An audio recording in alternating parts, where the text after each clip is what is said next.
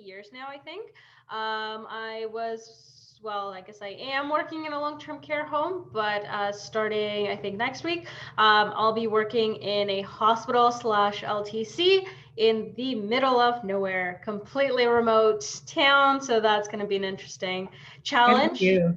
Doing like cancer rehab, cardiac rehab, GLAD program, a bit of everything, because basically I'll be the only kin in that entire district, is my understanding. So yeah, looking forward to that adventure. Nice. Good on you for just putting it all out there and flying up there and transplanting everything. I think that's just great. Yeah, basically returned all my furniture to IKEA. My apartment is basically empty. I was looking behind you going, wait a minute. Everything's done, yeah. Good for you. Good for you. Bridget, great to see you. Hop in and say hello. Thanks. Hi, I'm Bridget. Can you guys hear me okay? Yep. Okay. I'm a new kin. I've been working as a rehab therapist with ABI patients at the Regional Rehab Center in Hamilton for a couple of years now.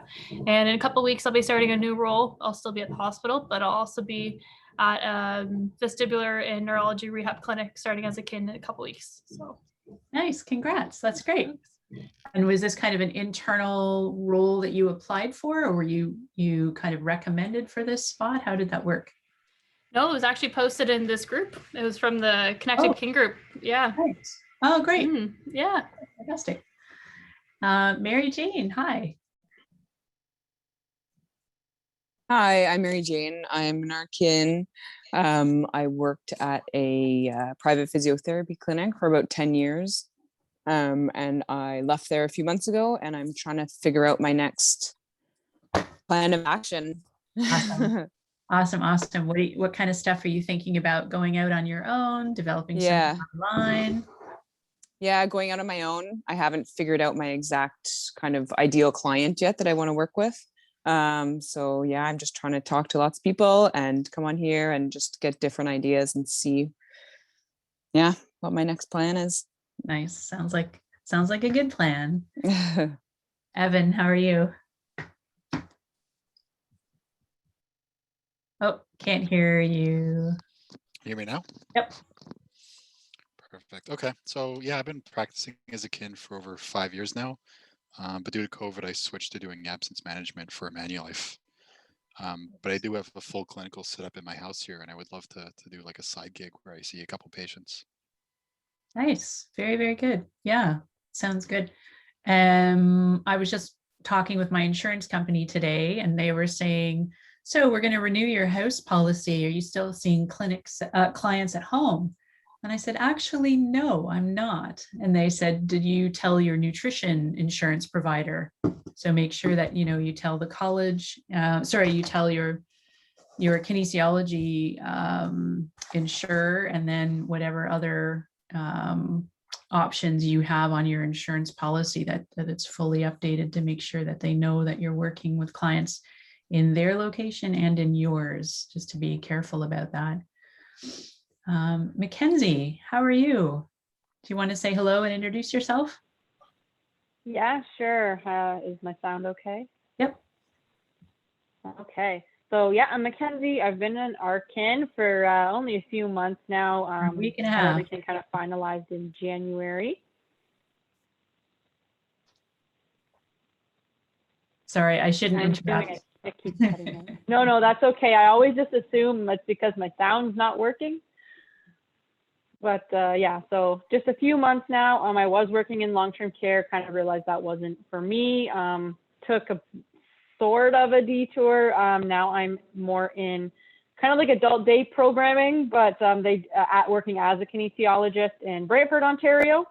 So I've just started there recently, actually. So I'm still kind of going through training, but I've been seeing a few of the clients that they were treating there, and should be starting up kind of my own caseload within the next couple weeks. Nice. You've really launched well. That's great. Yeah, I know. It's been going well, I think. Well done. Well done. Sabrina, how are you? I'm good. I was a kin in Quebec moved back to Ontario, and I'm in the process of waiting to relicense. The exam's been postponed. It's supposed to be next week. It's up in the air when it will be running. So in the meantime, I'm working as an educational programs coordinator, doing patient advocacy and like resource development for skin patients. For skin? Skin patients, yeah. Oh, interesting. So Yeah. skin how? Like burn? It's a national organization for all skin patients across Canada. So it's kind of all encompassing. It includes like eczema, psoriasis, melanomas, you get the cancers, the burns, kind of a mix of every skin, hair, and nail condition. Yeah. Very interesting. Wow, there's a niche I didn't know existed for kins. Yeah. That's cool. Yeah. Mark, you're up. Say hello. Hey, I'm Mark. I'm a kinesiologist. I've been, 22 years now. And I'm also RMT. I've been practicing RMT for 16 or so, something like that. Nice, nice, nice. Emma, how are you? Good. How are you? Good. Thanks for joining us. I'm not practicing yet since I'm supposed to be writing the test next week. Yes, I know. So waiting. But right now I'm a kitchen manager at a like a socially just restaurant in Toronto. Oh, nice. Very cool. Yeah. What's the name of the restaurant? I think I read about it and I think it's very cool. It's called IQ Food. It's like local food, sustainable, and everything like that. Very cool. Very cool. That's fun. Dan, how are you? Are we, sorry, is it Sean or Dan? Oh, it's Sean. My middle name is Daniel. I just thought okay. I'll put in there. Well, I'm waiting to do my exam like Sabrina and Emma. It got moved, so we're just all waiting, I guess, right? Yeah. And in the meanwhile, I'm completing my master's in kin at Waterloo. And I have an interview for a position as a forensic biomechanist on Thursday. But other than that, I'm supposed to have a placement this summer, but I don't know what's going to happen with that either. Oh no. So welcome to life up in the air, right? Yeah. Wow. Wow. Are you doing your master's in forensic kin? No, I'm doing just the course-based master's. It's a master's of science of under the Faculty of Ergonomics, I believe, or department. Cool. But it's just a general master's. Nice, nice. Who's your supervisor there? Stephen Fisher at the moment. Stephen Fisher, yeah. Oh, cool. That's great. He was pretty excited to join our group. He wasn't sure if we were going to allow faculty. And I said, it's okay, buddy, you're in, you're fine. He's a great guy. Yeah, yeah, he's a really nice guy. Alyssa. Hi, how are you? Good. I'm Alyssa. I've been a kin for now, I think 6 years. I started at UHN. I worked with cancer patients as well as EDS population. Took a mat leave. Didn't want to do the commute downtown anymore from Milton. So I'm recently actually about to start a position in Brantford, actually the more, I guess, ergonomic side of kinesiology, working with more of the industry and a kind of industrial setting. So working with employees and kind of improving, or I guess, minimizing workplace injuries and kind of treating injuries as they kind of come up in the workplace. So it's very interesting. So I'm really excited. Oh, good. Congrats. That's great. It's a big shift of industry and client base and location. It is for sure. Very good. Very good. Very good. Catherine, how are you? Thanks for joining us. I'm good, thanks. Hi, my name's Catherine. I just kind of recently became registered. I wrote the exam last September, so around January, I think, became registered. And I'm working right now as a receptionist and registered Canada Physio Clinic in Sarnia. And I also teach virtual exercise classes through Connected Chain. So. Oh, nice. That's right. You connected with John Bhakti. That's great. Yeah. That's nice. That's really good. And then Sanya. Hi, everyone. My name's Sonia. Can you guys all hear me okay? Yep. Awesome. So I graduated from the University of Waterloo with a kin degree. I'm currently working at Amazon in an injury prevention specialist role. So similar to Alyssa, I am focusing on ergonomics, driving workplace injuries down, and coming up with some solutions to improve the ergonomics of a lot of our jobs.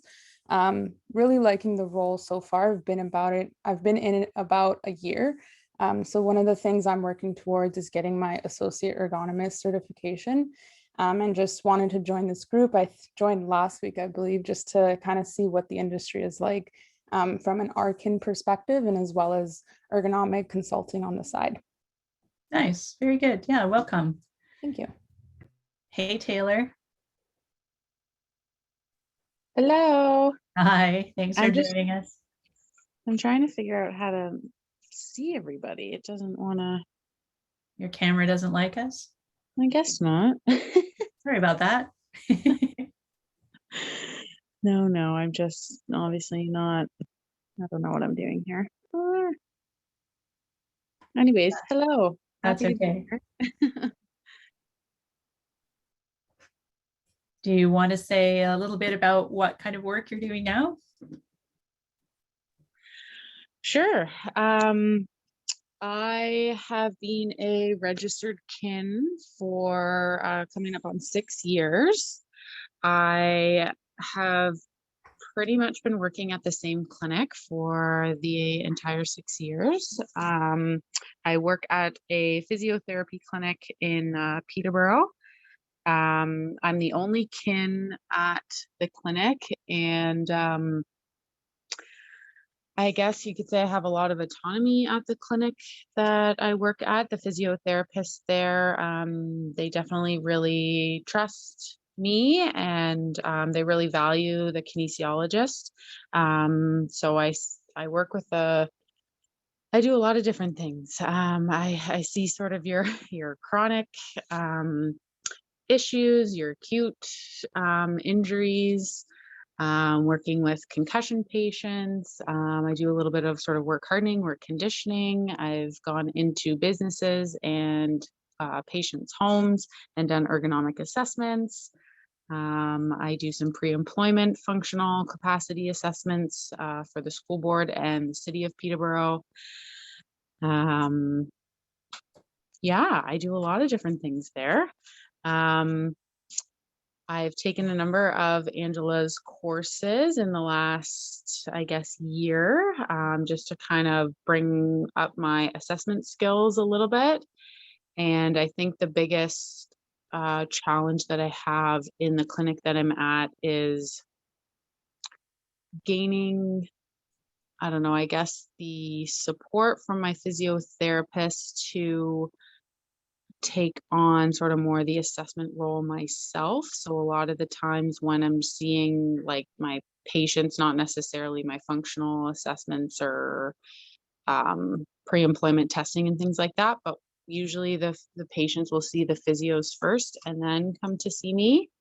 If the physios feel that they need kind of more exercise prescription or one-on-one for whatever.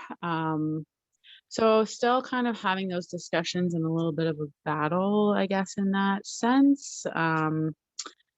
But tonight's meeting really interested me because actually positive, but maybe negative, I don't know. On Wednesday, I have a job interview. Great. And so, yeah, I've been kind of mentally prepping for that. And tonight I was like, perfect. This is going to kickstart my prep for the next couple of days. Get ready. And I mean, over the past 6 years, I've had a few interviews at different places, and they just haven't really been the right fit, I guess. Or as you know, some of the topics that have been talked about in the kin group is obviously wages. And I think where I'm at now, I make pretty good money. But obviously there's always a want for more. So I don't know. I mean, I don't want to get too excited because I know the last couple times I've had interviews, I really get hyped up and I'm like, all right, I'm ready for the change. It's going to happen. And then I go to the interviews and it's like, what? Okay. So yeah, I don't know. I mean, I love what I do. I love my job. I love my coworkers. I love the variety, but at the same time, you know, taking some of Angela's courses and reading some of the comments that other people have made in the group, I think I'm wanting to kind of find that niche and hone in a little bit more. There's just too many different avenues. And I think I'm ready to just, you know, maybe find that niche where I'm focusing on, you know, my skills in that area a little bit more. So hoping maybe that happens on Wednesday. We'll see. Well, you actually work for very good physios. They have an excellent reputation in Peterborough, and highly capable, highly confident, understand kin fairly well. And that was the battle, is trying to get some more autonomy for you and actually have you be able to show them that you had the assessment skills that they had. So that's where we're currently working now. So what we decided to do as a company is we're going to put together something called a movement lab, and we're going to practice once a month in the CK group. So on our Monday meetups, we're going to practice assessments. So we're just refining this with, we're going to try it out with kins that have already taken our courses, just to say, what do you think? How's this going to work? Let's just play with it for a little bit, and then we'll bring it into this group. So once a month, we will just have a client, and we'll just talk through an assessment virtually, and just practice step by step how an assessment goes over and over and over again, so that we can all work together, kind of crowdsource the assessment, crowdsource the treatment plan, so that everyone has a chance just to sit back and watch, or they can hopefully start to contribute. And that way it's a shared way of learning a bit more about assessments. So that's coming up. We're calling it Movement Lab, and we're just going to start to test it and see what everybody thinks. So what's going to be the burning questions on the table tonight? I think we want to talk about a few things. We wanted to talk about pay ranges for kins, kind of starting maybe 3 years out, maybe 5 years out, and then moving on from there. Talk about points to negotiate when you actually have an offer on the table, and how you actually respond to that offer. And also looking at perhaps group rates, or looking at things like rates for, a lot of you are doing ergonomic type assessments, so office assessments, PDAs or JSAs, FCEs. There's a lot of questions about how to actually price your services as standalone services. So you can have an hourly rate, but then actual package rates, or particular product rates as well, and look at how that works. Anything else you want to throw up on that agenda to go through together? No, just kind of see where it leads. The organic agenda. All right, let's do that. So first of all, some of the biggest questions we had was starting salaries for kins, and why they are so low, and why we're having such a problem as a profession actually getting paid what we feel we're worth, frankly. So does anyone have any thoughts on what you think is a reasonable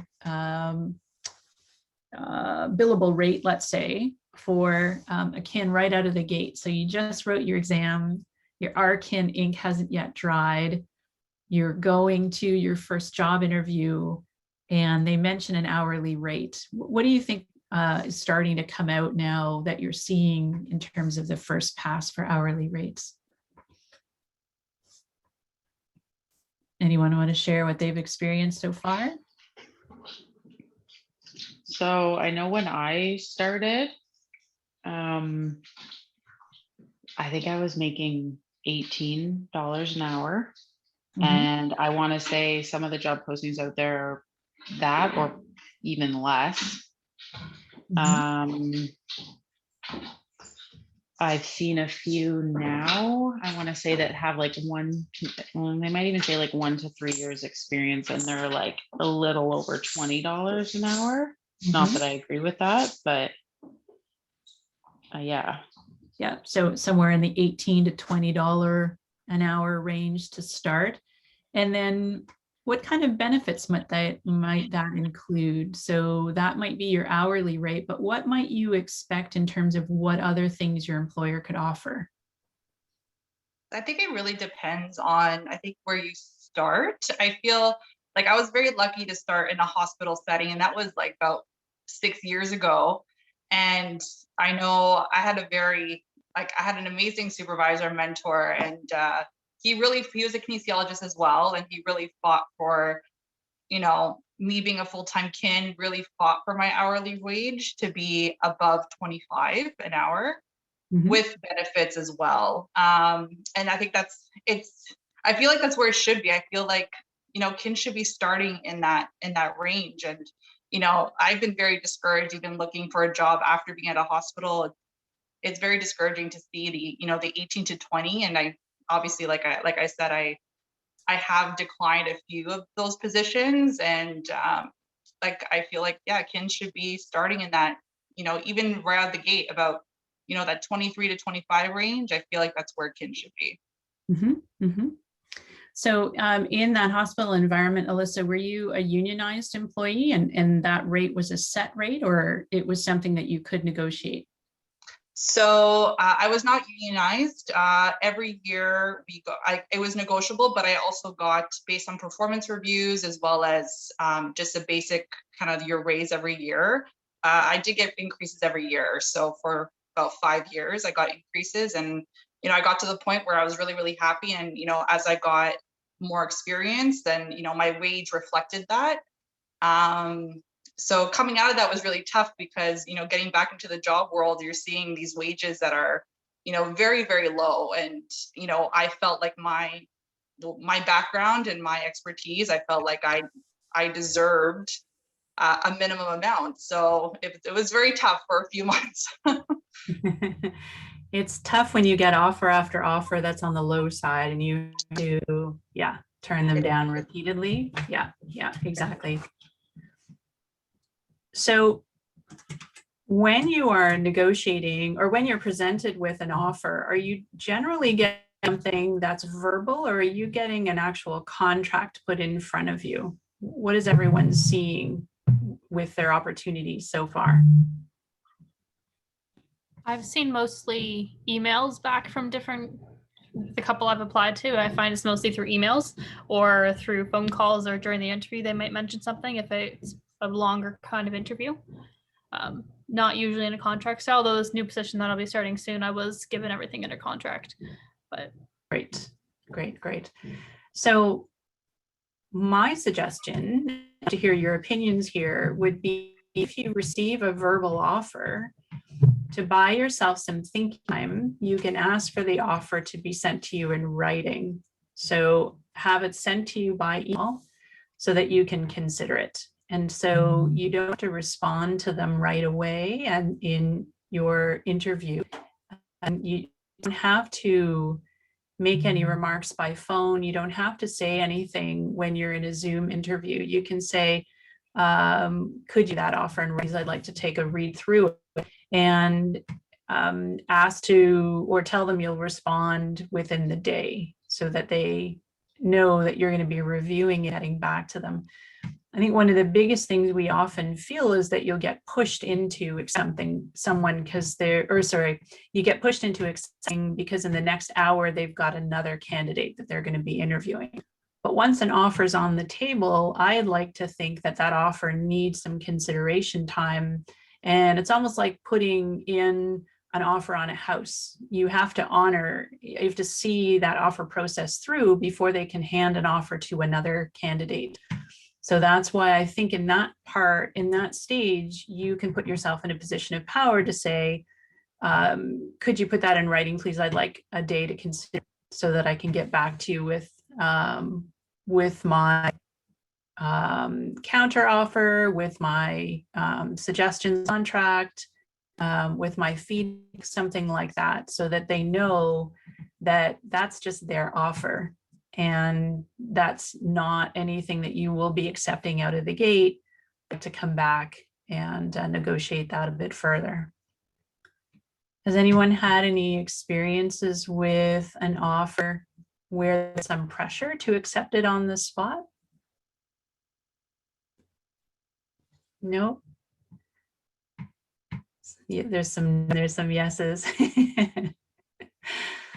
So I think giving yourself some space gives you some time to think it through carefully, compare it to where you like to be. So offers in that $18 to $20 an hour range, and you have run your own numbers and you know that you want 25, then you can come back to them and pitch that 25, pitch that 26, pitch that 27, and see what they come back to you with. Sometimes employers are just trying to take your tenor and they want out, firstly, will you negotiate or will you accept an offer out of the gate? Secondly, do you know what you need? Do you know what you want? They're waiting for you to come back to them with a number. It's on purpose, that low ball number, that first offer, because they want to see what you'll do. So if you just shrug your shoulders and say, okay, that sounds, they're like, that's interesting. I think one of the things that I've often read is that you need to come into a position at the highest amount you can, because as you heard from Melissa, year, any raise you get is going to be based on that first offer amount. So that first entrance into a situation, strongest position of power and opportunity and negotiation. Anyone else have any thoughts on first offer situation? So another thing that was mentioned in, I'm trying to remember the book, Never Split the Difference. Something he talks about is also consider other things that are potentially on the table, and sometimes things they haven't even considered. So his example is one university wanted to hire him to do a talk. They could meet his price range, but they were like, well, what we can do is we can write an article about you in our alumni magazine. To them, it costs basically nothing, but to him, it's huge marketing and it's basically free marketing. So he was always saying, like, there's stuff on the table. In my case, my new job offer comes with paid accommodation for a certain point.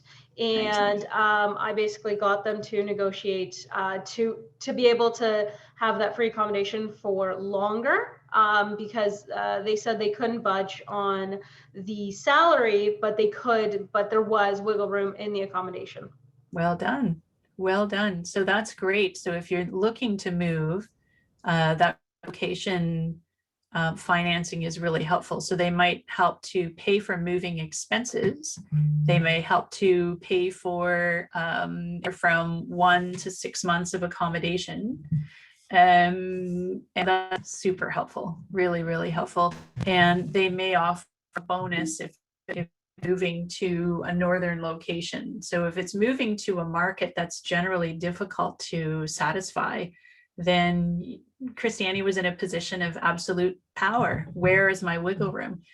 And as an employer, you would not be offended by someone who was savvy, who was really trying to ask hard questions to say, what's your budget? So one of the tricks that I learned was, if someone makes you an offer out of the gate, the first thing you do is say nothing. And they'll teach you this in all the negotiation books. Sit with a face and you're thinking about their offer. Usually the first person that breaks the silence is the person that's feeling a little uneasy. So if it's the employer, it's very often that they'll sweeten their offer even though you've never said anything. So you're sitting back and you're not looking disgusted, you're not looking elated, looking thoughtful, and you wait to see if there's another offer coming. Sometimes it's been interesting to see change just in that silence. And then the second thing I would encourage is if they ask you, okay, what are you looking for in terms of salary? A nice answer is, well, what's your budget for the position? So again, you're never the first person to name a figure, and you're never the first person to speak after an offer is made on the table. You can sit back and try those techniques. Just by doing simple that, an employer is like, okay, this person is going to be a challenge. I'm really interested in bringing on board. I'm going to have to be really creative with how I gather some funds for them. So some other options you can negotiate for. So does that go for, and again, I haven't done many interviews over the last few years, but like even just in the interview, if like you're kind of, you've answered all the questions and had good discussions, and then there hasn't been the discussion of hourly wage or salary, do you be the first one to bring that up, or just Nope, leave it? leave it on the table. The biggest thing to consider is your suitability for the role. So if you want to make sure that this is a position for you, then pay comes later. So if it's a position for you, the pay part is going to be easy to navigate. What you want to make sure of is that, I think she's trying to tell me she's hungry. What you want to make sure of is that it's a really good fit. So spend the time to make sure to ask the questions about what would your job responsibilities be, your hours, your role with your colleagues, who your colleagues might be. Just, you know, put together a nice list of questions to ask everything about the position that you possibly can. Who will your client be? How would a client flow through the clinic before they came to you? All those kinds of things. So express a lot of detailed interest in the position itself. And if salary or hourly rate or benefits is not brought up, sit back, wait. If you jump into that conversation too quickly, the employer thinks that it's less about what you're going to be able to do for them in the clinic and more about what your take home is going to be on the other side. So I would caution you, as eager as you might be to get to that part of the discussion, just sit back for it. It is coming. If they are interested in you, then they will give you that information on the way out the door. They will put it in email and set up and meet to then talk about those terms, that kind of thing. So it's, yeah, you want to cut to the chase, but it's a tough thing to leave for later. Yeah, and I know that when I was looking to hire a respite worker for my sister, so I've hired quite a few over the years, and I still remember one person. I was debating between two resumes, and I called one, and she was really great. She was just like, well, before we discuss schedule, payment, whatever, like, what does your sister need? I want to make sure that I am the right fit for her. And she even like came by and like spoke to her, and it was very much like she made this huge effort to like speak to my sister rather than just focus on me. It was really great. Versus another person, like 30 seconds on the call, she was like, okay, well, like, how much does it pay? Okay, well, like, here, just so you know, I have this like convenience, it's like, well, Saturdays it's extra, and like I only do this and I only do that, and like that was the first thing she mentions.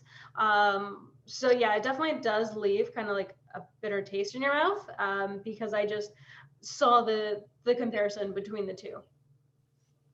Very good point. I think coming out of the gate, some of the best things you could do once you find out about their ideal clients, who you might be working with, is also offer some ideas for how to actually bring more clients in the door for them. Because if you increase their business, more cash to pay you.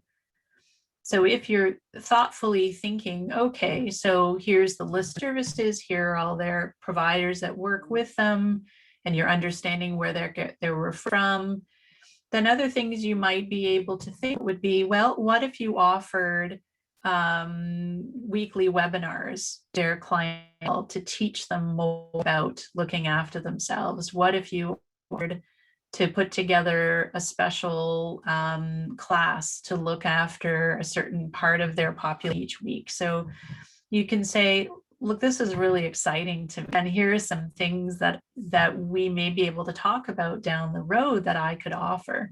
So ways of showcasing even more of your skills that may not have come through in a cover letter or resume.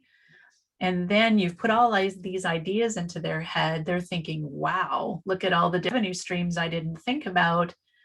Part of those revenue streams can to support your salary, or you negotiate the revenue that's brought in from each of those side products, perhaps. So what kind of things do you think you might be able to offer on this if you had a clinical position? Anything you can think of other than one-on-one client care? If you have any experience in social media, you could do some of their advertising. That's a huge one. That's a huge one. What you basically want to do is get people's names and email addresses onto the clinic's client list. And so you'll be targeting various products communicated through your social media to, first of all, maybe the clinicians in the clinic and highlight their skills, some of the client stories that they might be able to talk about. You could talk about special programs that already exist in the clinic. You could highlight different pieces of equipment and how they work, what they're for. You could showcase some of the exercises really prescribed clinicians in the clinic, maybe some of the pre-post stories that clients may be interested in hearing about, being careful, of course, with our college guidelines there. So there's a number of different ways that you could highlight the clinic services, the clinicians, highlight what the clinicians do in the clinic. So how might you be working with some of these people? Because a lot of clients might not be comfortable with going to a clinic with new practitioners. So how might a visit look? And you could walk them through the and show them what a visit might look like. So social media would be a really good one to offer extra help with. We talked about some fitness classes you're able to offer. So simple therapeutic programs, seated, supine. You could do fun things like a sideline class. You could do something like a quad class. Many quirky ideas that you could think of as a kin because you've got such a knowledge of these kinds of things. Maybe office ergonomics, you could show a pre-post office setup and maybe look at a seated position versus standing desk and talk about pros and cons of two different office setups. Both are great, both are different, what might be appealing to different kinds of people. So any of those kinds of things that might tuck into your core competencies would be fantastic to offer to a clinic, get more people in the door, maybe offering to meet with physicians to talk about some of these things, invite physicians to a lunch and learn, a Zoom lunch and learn. And it might have to be 12.5 minutes long, but that might be something where you're saying, join at 18 minutes, something goofy, and we're going to talk about this once a week. So, these kinds of things where any possible referral source that you could add to their roster really well. Any questions? You guys are quiet. Any thoughts? Another thing you could maybe offer to do would be to create resources for patients. So whether it's brochures, pamphlets, videos, things like that. I know that takes up a lot of time for clinics. That's something that people are often looking for, something they can kind of see and have on hand. So that's a great idea. You could do too. It's a great idea. So most of you are familiar with the Canva program.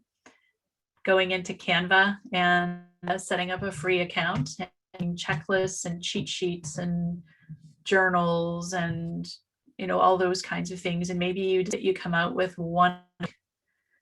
And so you've got time to draft a list, and then you've got some time to design. You can post it to their site, you can make it available to email their email list. You may also think writing a blog post once a week. I've just jumped on that bandwagon again, saying 1 week is book review and another week is going to be something about the kids, just poking a bit of a bee's nest in the kin world. And what that does, me 2 weeks read a business book and 2 weeks to think about kind of a controversial kin related topic that I can speak to, and got people holding my feet to the fire to make sure that I do that. So that's something that I'm going to try. And then that's something for a mail list. It's also something you can post across socials. It's hopefully something that our group might be in that might spark some discussion. So that's kind of the purpose of that. So starting a blog for the clinic where you might interview other clinicians, you might interview clients that agree to have you interview them about just their treatment and what they did, working with the provider of the week or something like that. Any other ideas that you might develop, that you might come up with for promotion? So if an employer thinks that you will be one who be, first of all, a team player, you understand all the different roles of everybody at the clinic and that you will be a collaborative employee, that goes a long way, you're a real team player.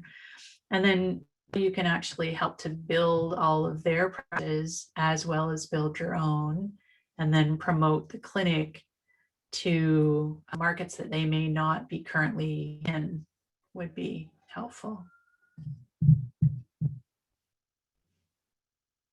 So, questions yet? I was thinking we could turn back to talking that other list of possible things to negotiate along with your three. So we talked about a relocation bonus where someone would be paying for you to just have some time to find a place to live. So that might be a month, 3 months, 6 months. They may also look after your moving expenses as well. So you can itemize all the different things that might be needed there, see what kind of contribution they could make. It could be, you know, a one-time payment or a 1, 3, or 6 month obligation that put into their budget. What about an education allowance? So education is something to win from because you're bringing those skills back. So you could say, like Taylor does with our courses, she looks to the physios that own the clinic to say, here are the next courses I'd like to take. And they say, yeah, that's a great idea. And then they help to fund the courses, which is really great. It doesn't hurt that they met me way back in the day as well. So they've known that we've been this a long time.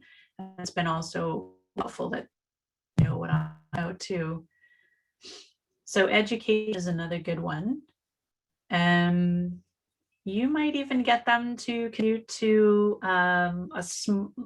we should talk about the amount of an education budget. So some people have $1,000 a year, people have 500.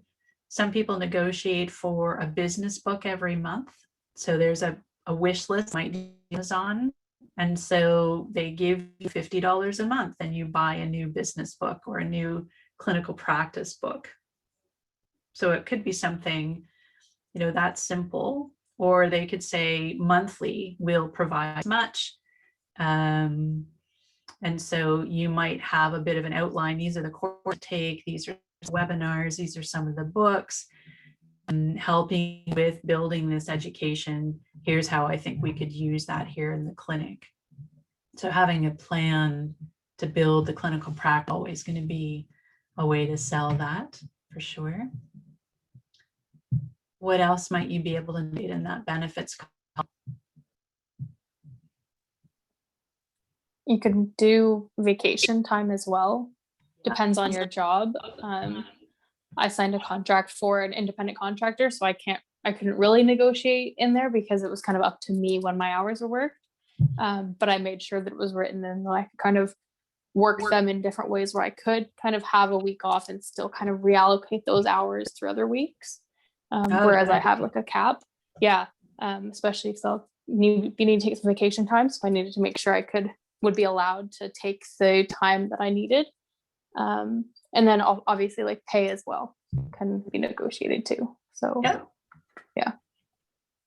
yeah, great idea. So you might say you want to negotiate X number of weeks a year, X number of days a year, 2, 3, 4 weeks paid vacation, plus some personal days, 4 or 5 personal days that you can take on either sides of long weekends, those kinds of things. Now I have note. So those kinds of things are great because it's ways you can just add those extra days, extra weeks in. The flexibility of the personal days are nice because you can tack them where you want them. You can day off for your birthday. You can decide you're going to tack one on to July 2nd or, July 31st or something. So that kind of stretches weekends, makes it like you're getting a bit more vacation than you're actually allotted.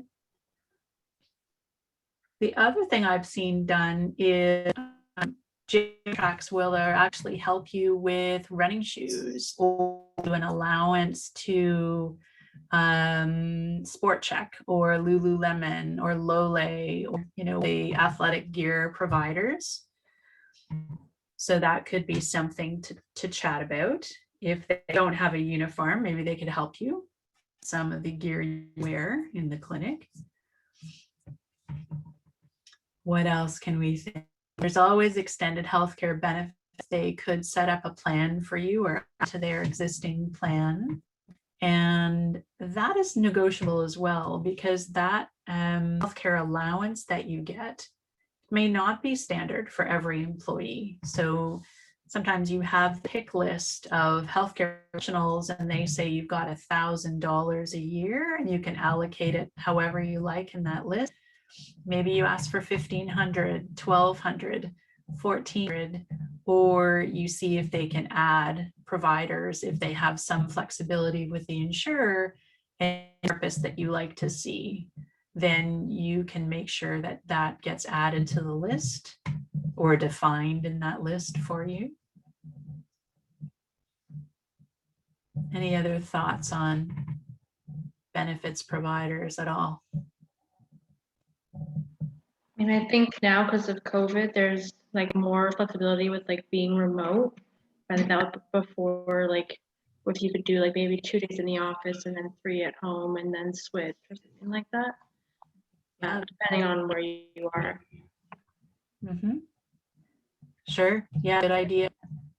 You could also shift your hours and say, I'd like to work remote morning and then come in the afternoon, or vice versa. You could alter your work upon traffic patterns, perhaps, or when you yourself are really on. Maybe you're someone that really gets going at 10 a.m. So my uncle worked for U of T his entire career, and he started at 10 in the morning and worked till 6.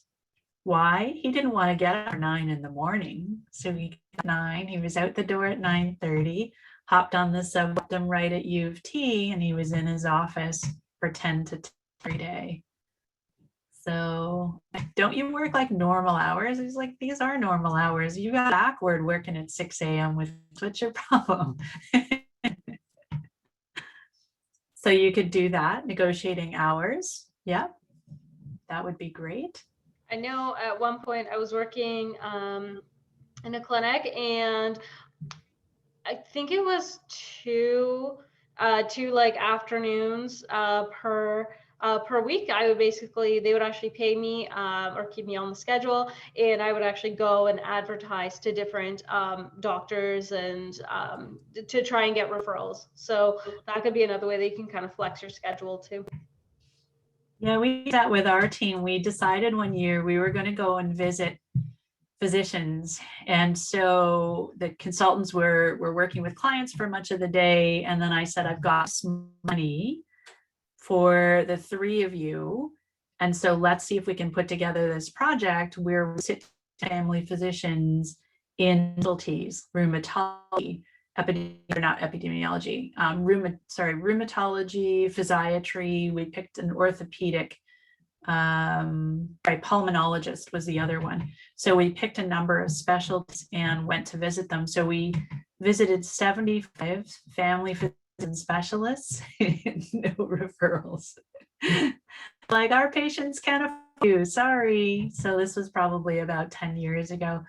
But I just decided, look, yep, thanks, Mark. Talk to you later.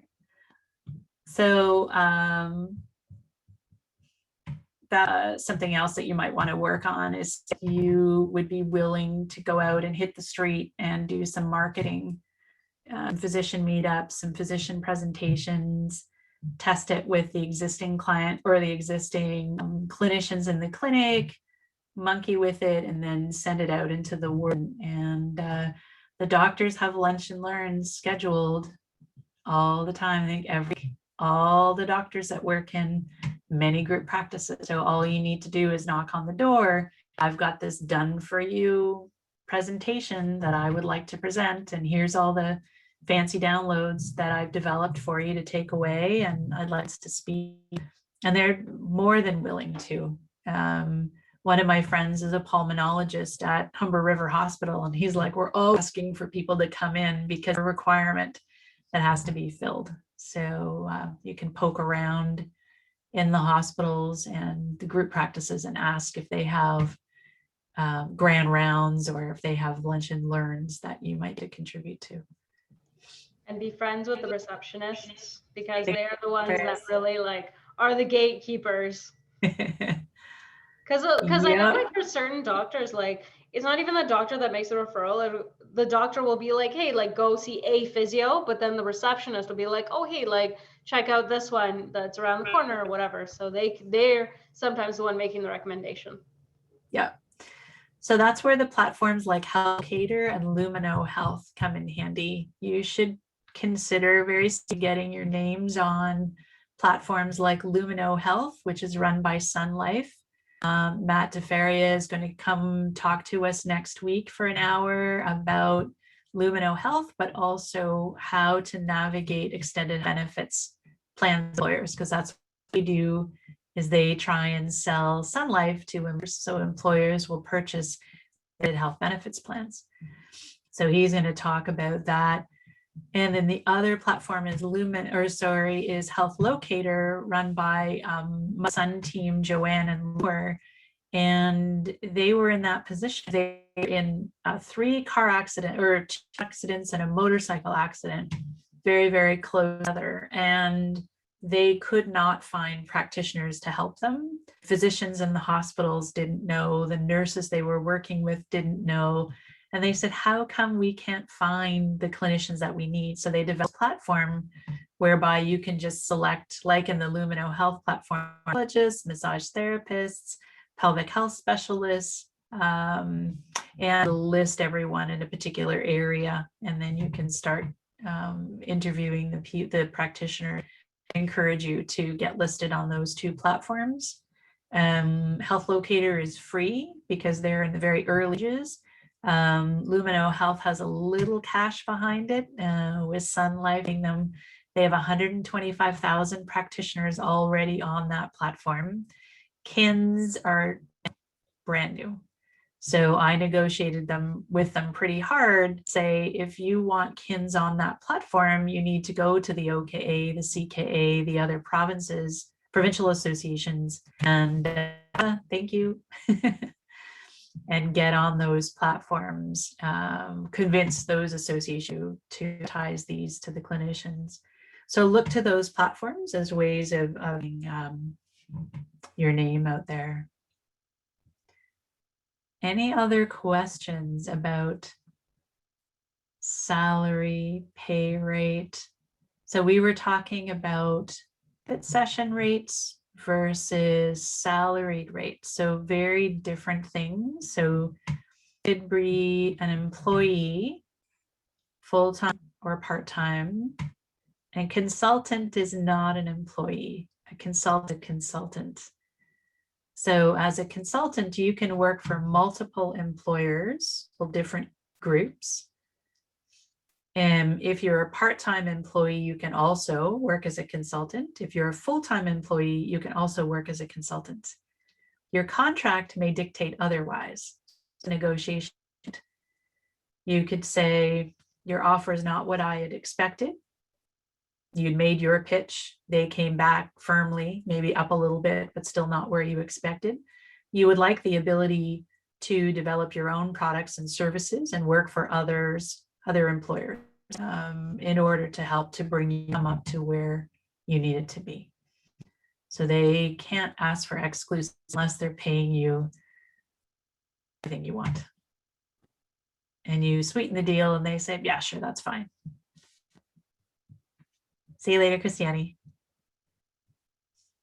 So does that give everyone a little bit of background? So working as a consultant, you could be a sole proprietor.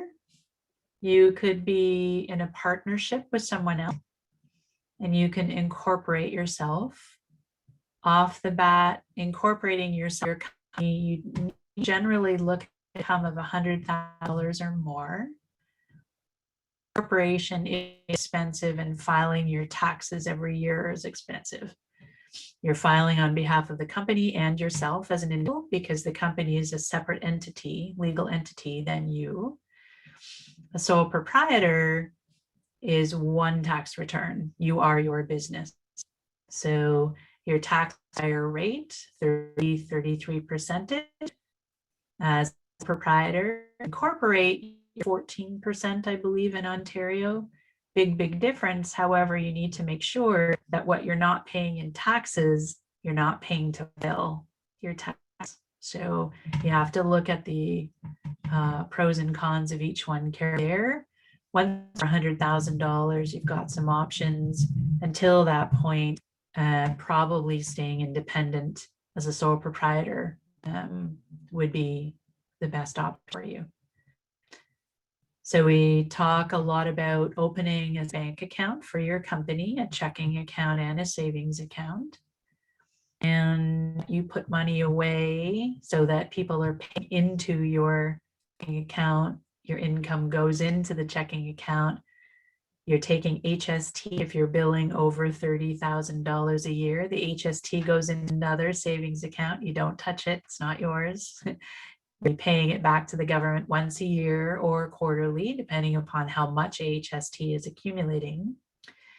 And then you're putting money aside for savings. So that savings could be to help you with car repairs to go to see your client. It could be for continuation.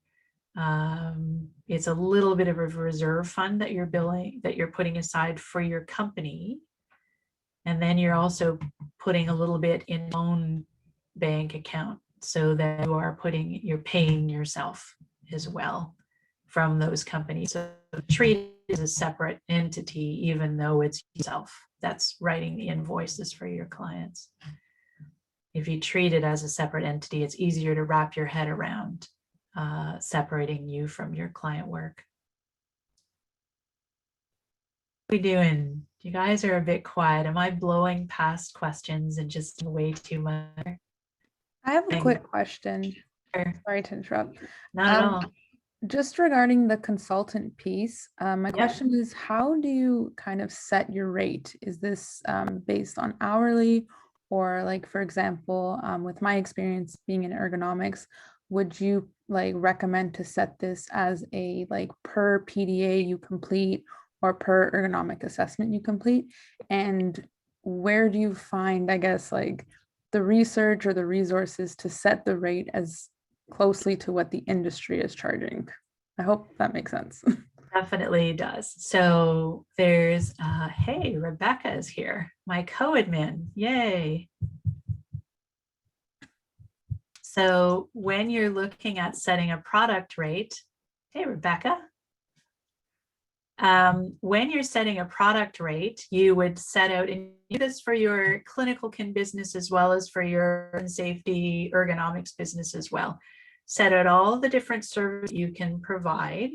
So for example, a PDA, you would have one rate for FCE, risk hazard analysis of a worksite, off workstation evaluation and recommendations. So all of those would be listed. I actually have a meeting with Kevin Cairns tomorrow afternoon of MEX. He owns a company that educates anyone who wants to learn how to do PDAs, FCEs, risk hazard analysis, these things. I ask him about the industry because he knows them for North America, because he needs to know his competitors are. So he can give me an idea of what those rates were. When I was doing FCEs, I think I was being, I want to say between, don't quote me on this, I'd have to look back at my invoices, I'd say between 14 and 1600 to do an FC, and that would include a report with recommendations. Check that rate though. PDAs, I think I was around, depending upon where we were doing them. No, I think we had flat rates. I believe they were 50 for a JSA or PDA. Workstations, I think I just bill an hourly rate for the workstation evaluations.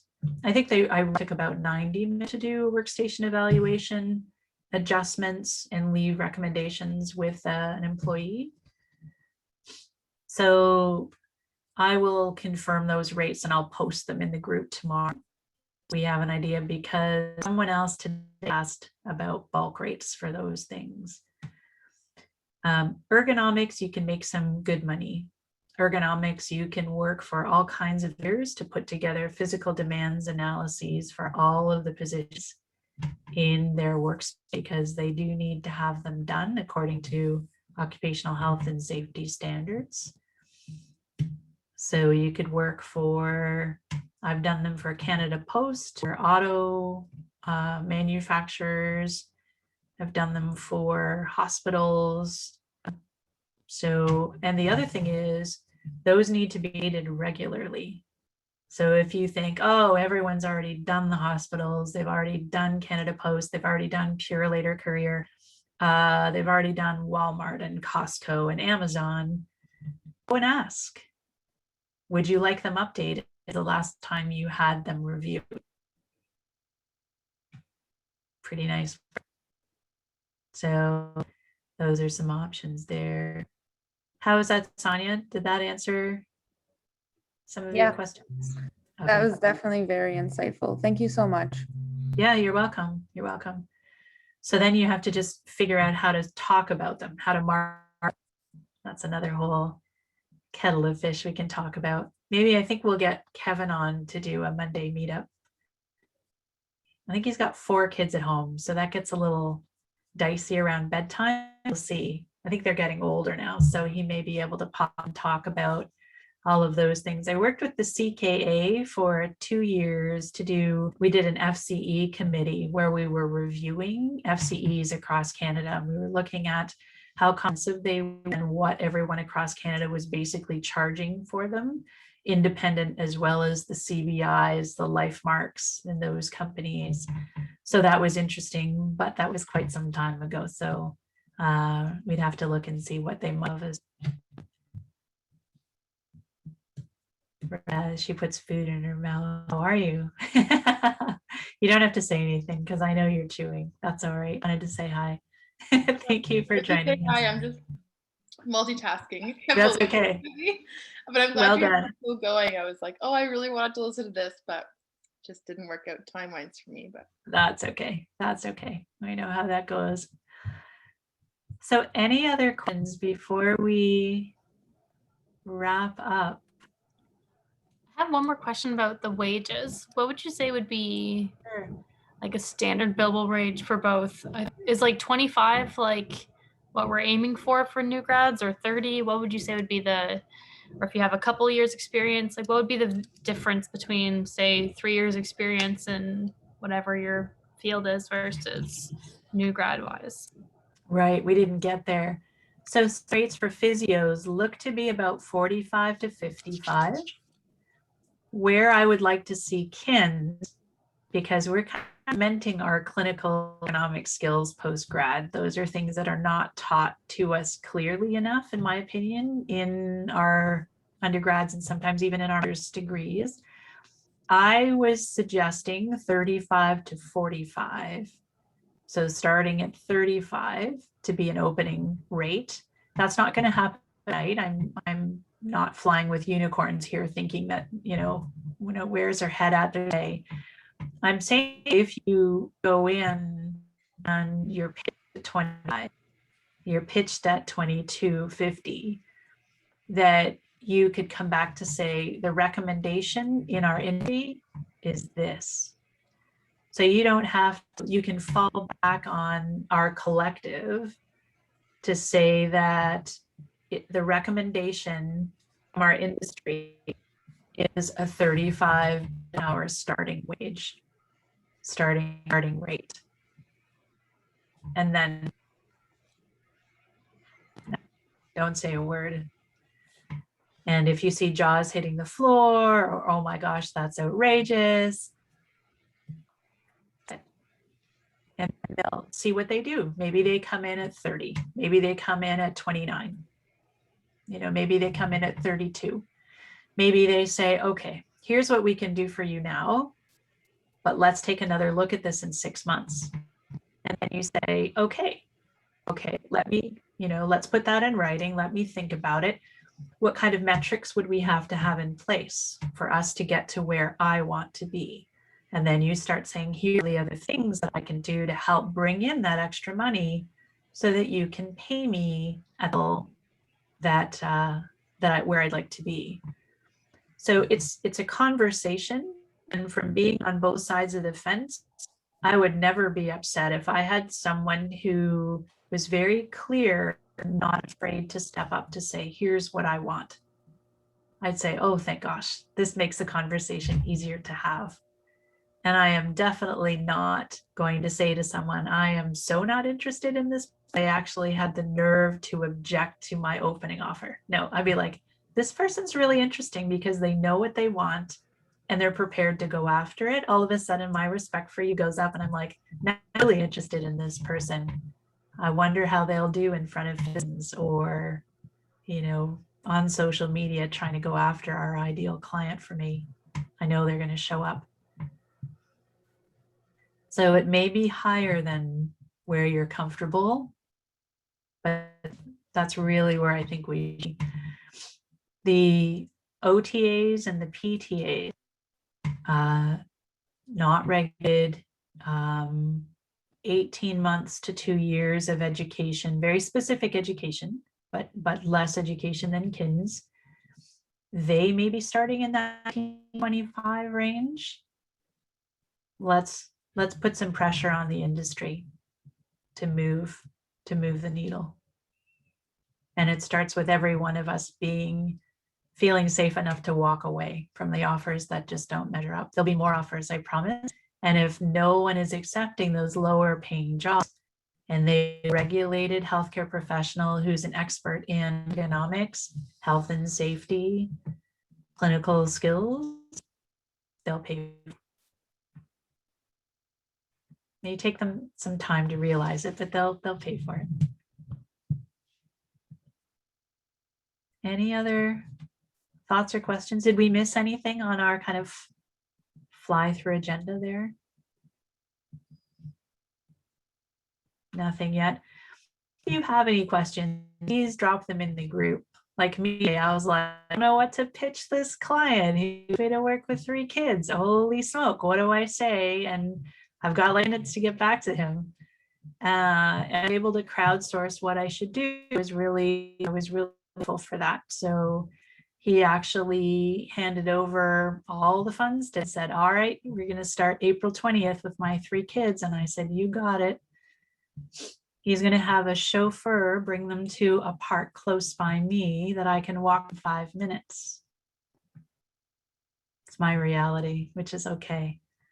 3 kids dropped off like a chauffeur to work with me for an hour twice a week, and I get to be with them for an hour. Runs that done with them and get them to do crazy things. So that's going to be a lot of fun for me. Totally not my ideal client, but dropped out of the sky. So it's going to be kind of fun. So yeah, any questions? All friendly in there. I promise you, I know the majority of the people in the group there who would never give you a hard time for asking something you weren't sure about. So please don't be afraid to ask difficult questions, because we'll find the answer for you. Next week, we have Matt DeFia joining us from Sun Life Financial. He is going to be under some heat. I told him about how we can get employers to have them add kinesiologists to their insurance plans. That's how it works. Employers have to ask for kinesiologists to be put on their list of their pick list of healthcare professionals. So maybe they negotiate $1,000 or $1,500 per year on a claimant. An employee picks what services they want. So it's not an insurance company that adds kinesiologists. It's an employer that asks the insurer to add kinesiologists. So we need to ask all of our clients to ask their employers to pins to the list. That's how it goes. But we will ask Matt if there's any other ways we can put pressure on all editors to say that we want them on the list. So I said to him, if you want kinesiologists on your platform, we need to make sure that as Sun Life nationally, you have kinesiologists covered. We want to make sure our services are covered. And he said, oh yeah, they are. And I said, and he explained it has to be the employer, but he said, we will negotiate with the employers. We will add kinesiologists if the employer understands that kinesiologist is one of those people to add. So we're going to be talking about that with him. And he's going to explain Lumino Health, which might be something you entertain. Have a free listing, and then there's upsells that he will tell you about where you can add different features to your profile to clients connect with you through their platform. And so that'll be next week. And then I'm asked Kevin Cairns from Metrics if he might come and talk with us about the whole area of ergonomics. There's only 65 certified ergonomists right now in Canada, fully certified, 65. Right, which is a lot of scare.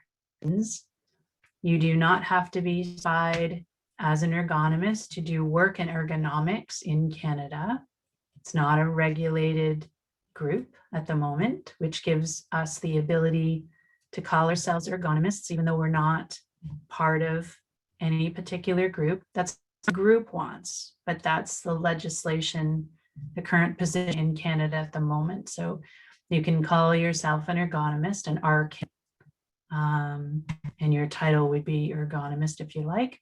Health and safety professional, you can't say specialist according to the Ontario College. But there's lots of ways you can monkey with that title. And there's a lot of services you can provide. So he can talk about FCEs, so functional capacity evaluations, demands analyses, and all those kinds of things. Sean, 226 CCPEs. So there's a couple groups. There may be 226 in the CPEs. There's another group, I believe, and I'll have to, we interviewed Michelle, one of our meetups, saying there was about 65, I believe, but we get into that. And sorry, go ahead, Sean. There was a meeting with the CCCPE, the College for Ergonomics, last month regarding applying, because there was an application in May, and they've been taking in about 50 associate ergonomists a year for the last little while. I think that their number is around 226, and I know that the associate ergonomist at least per year is about 50. Right. Oh, okay. Okay. So that might be a good idea, just lay of the land again. Yeah, to make sure that you know what's happening in that area. Yeah, that for sure through Kevin. All right. Any other questions at all for anybody in the group? Nope. Well, thank you for this, everybody. Really appreciate your time. And if anyone has any questions from this session, just drop them into the group and I'll post this recording for everyone so that you have it for reference. Thank you for the great session, Angela. Oh, you're welcome. You're welcome, Sean. Good night, everybody. See you next week. Thank you. Thanks, Angela, for sticking around a little extra time so I could join. It's perfect.